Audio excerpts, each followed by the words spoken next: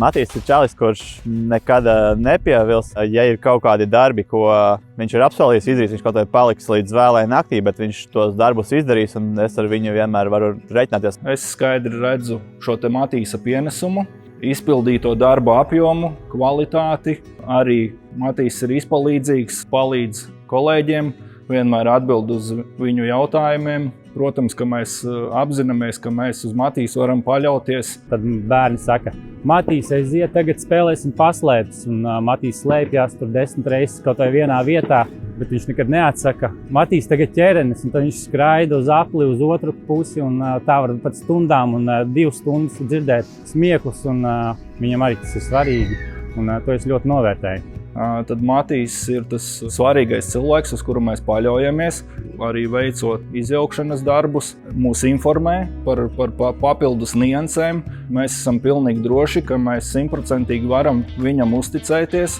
Tā kā Matīsam ir projekts viņa žurka, ko viņš jau ilgu laiku plāno atjaunot, tad tas projekts joprojām ir tā kā viņa laikam mūža projekts. Matīsam ir gaišs zils debesu krāsā bembis. Sarūsēs viņš ir jāmetina, un viņš vienkārši bija tā kā noliks, tā kā var teikt, ka nē, jo Vispār to bembi es viņam pārdevu. viss apakš jātais jāmetina.